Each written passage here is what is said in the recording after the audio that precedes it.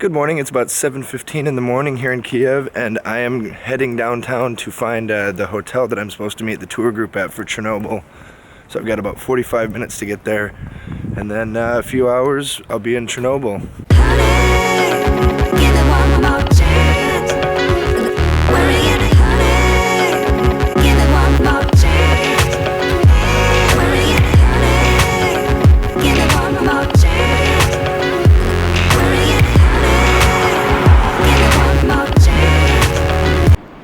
Yeah, that's a pizza door. So I made it to the hotel checkpoint on time, and we just got the rest of our group ready. So we're gonna head out here in a few minutes once they get their passport situation figured out.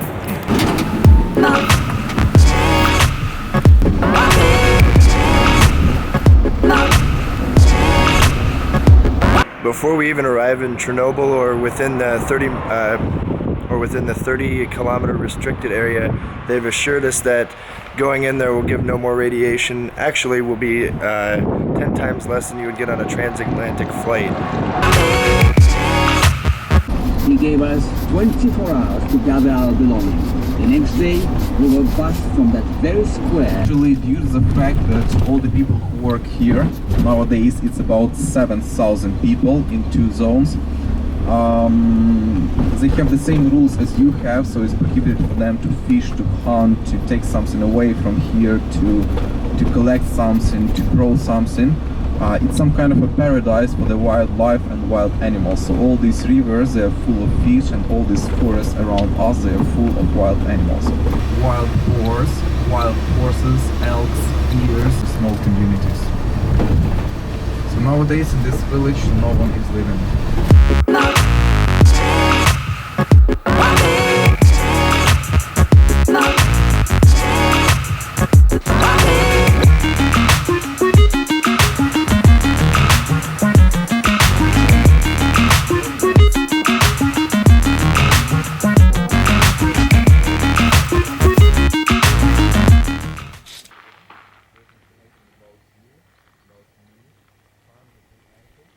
So today here inside the Chernobyl town are still living about 50 self-settlers, so people who live here all the time.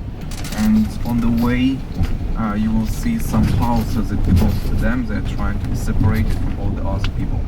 But right now to the left side, for example, on the wall you may see a writing that sounds like "Forgive and goodbye my native home." So it was written by one of the person who came here after the accident. Actually, until the end of the 19th century, about 80% of all population of Chernobyl were Jews. Unfortunately, we can't go closer with you because it's prohibited by the rules, so only this place is allowed for us. This fact in memory to all the people who passed away. It's named for those who saved the world.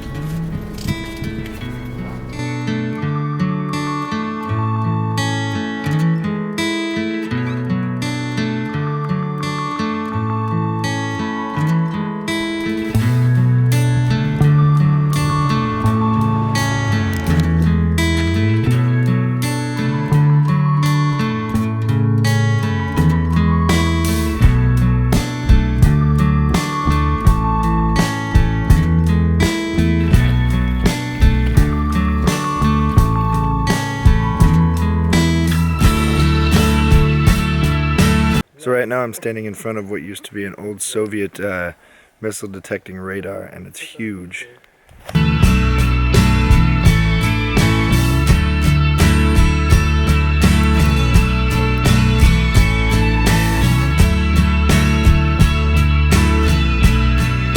Right now we're at 0.45. Oh, it's higher.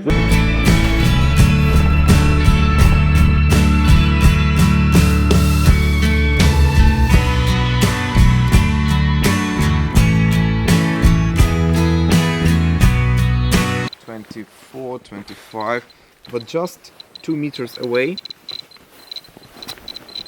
What? Okay, take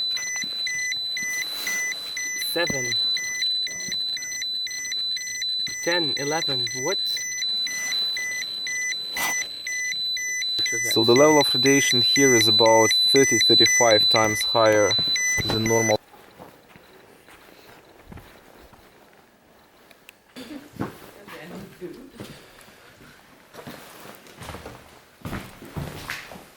That's not creepy at all. I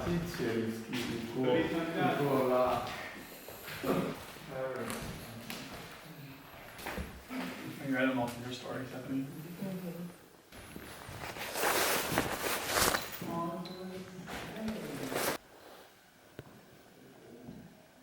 I know, it's for nap time.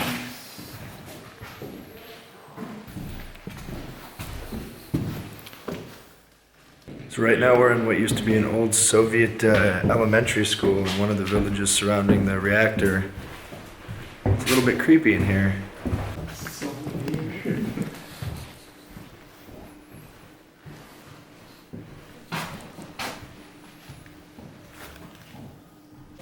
How old are these kids? Oh yeah, okay.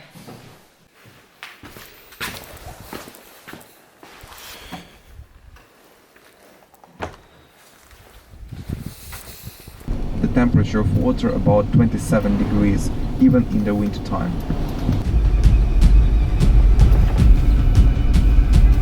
So right over my shoulder here you can see I'm at Reactor 4 in Chernobyl. It's right behind me here, behind the monument, which exploded on April 26, 1986. What we can see right now, it's a so-called old sarcophagus, what was built after the accident. So reactor 4 is inside that structure. Right now it's 2.5, so it's 9 times higher. So this big white structure in front of me is what they're going to replace the existing sarcophagus with once it's finished in the next year or two.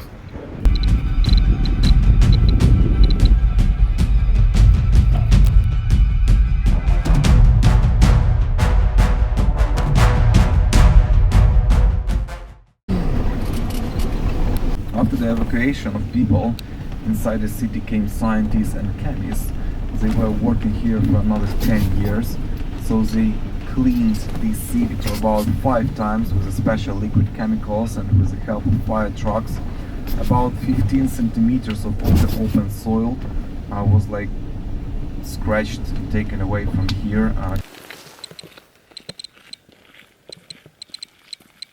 Right now we're walking toward the Ministry of Culture here in Pripyat, which is the abandoned city of the Chernobyl accident where all the workers and their families used to live. And they're all evacuated, I think it was 36 hours after the incident, but they weren't told before that. Today it's like community center, so this is the place where used to be a theater, cinema, also library, dancing hall.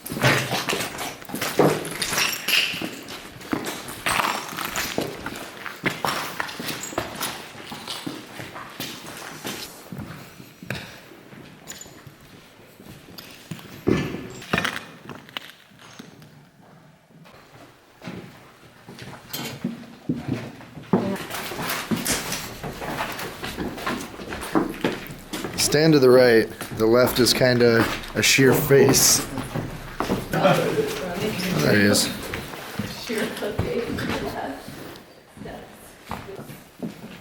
Here's a local library.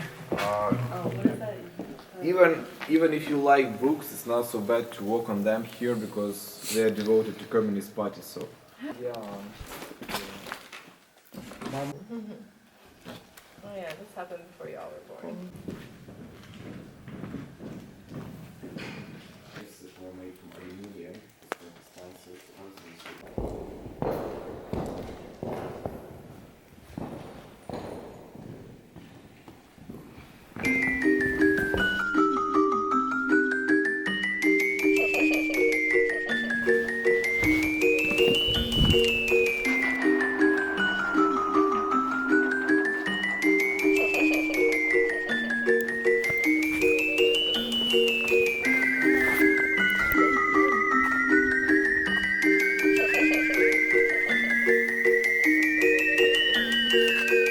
So probably the creepiest part of this entire experience so far is coming to the abandoned amusement park with the go-karts or bumper cars and the Ferris wheel.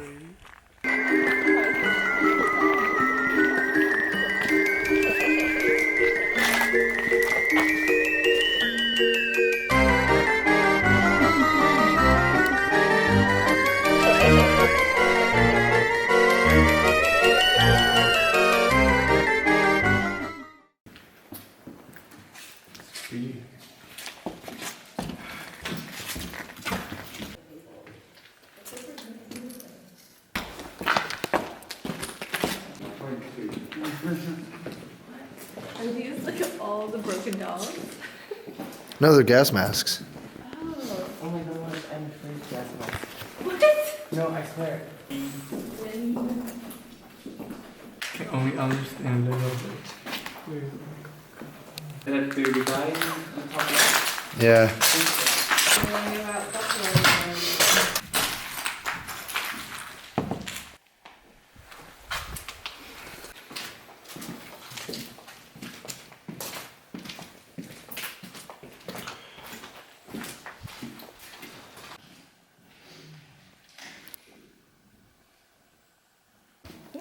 Easy.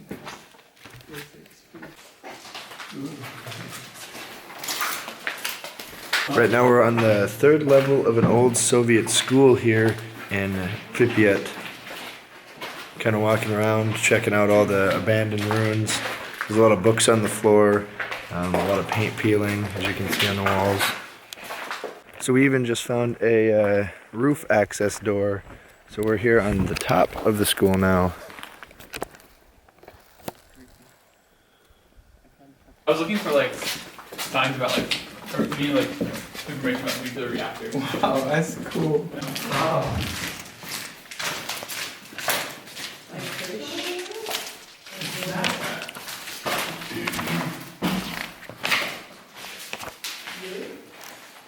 You got the flash? Yeah.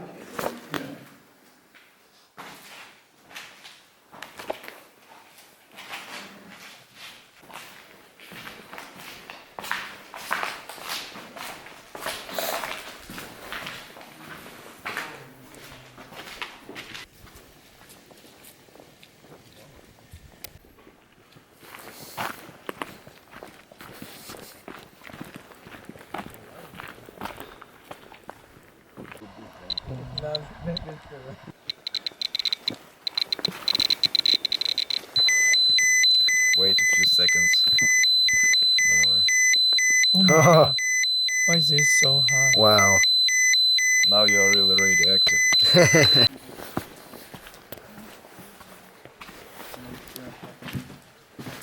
I heard they used to make a good cup of coffee here. Yeah, get some coffee. School and then the cafe on the side. It's got some cool stained glass. So we all just had to go through a checkpoint to check for reasonable levels of contamination before we head on to the next checkpoint. And I almost had to stay. Really, what happened? I was radioactive. The shoes. Before we reach the second checkpoint, we're actually going to get some lunch here in town. Приду пока руки по номеру. Ты если что, посадишь этого девочку за второй, а чувака за первый. So the food we got in the cafe was pretty good. We got 3 courses. First it was soup and some eggs with mayonnaise on them, and then chicken and french fries, and then a dessert and some tea. And now we're going to head back to Kiev, where I need to get my baggage ready for my flight tomorrow morning. Well, it'll suffice to say that we're all clean this time. and we get to leave the exclusion zone.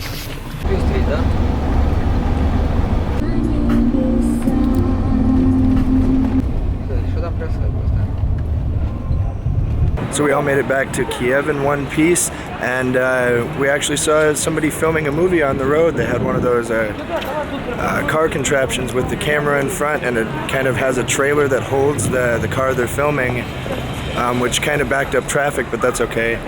Now I've got to go find a hotel to print off my boarding pass, since my hostel doesn't have a printer. I'll probably have to pay for that, but oh well, it's probably cheaper than doing it at the airport.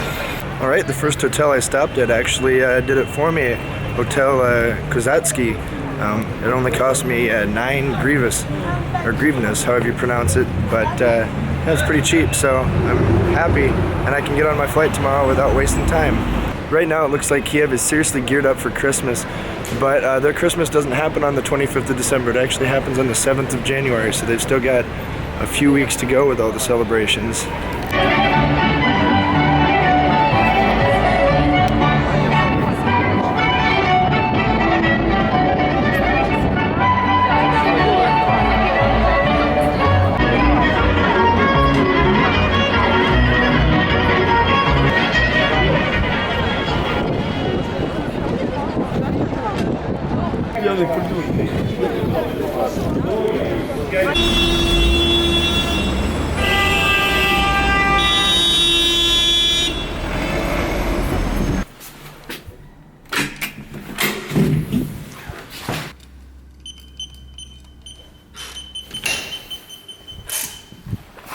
Looks like my roommate Kay is packing up to leave tonight at 8.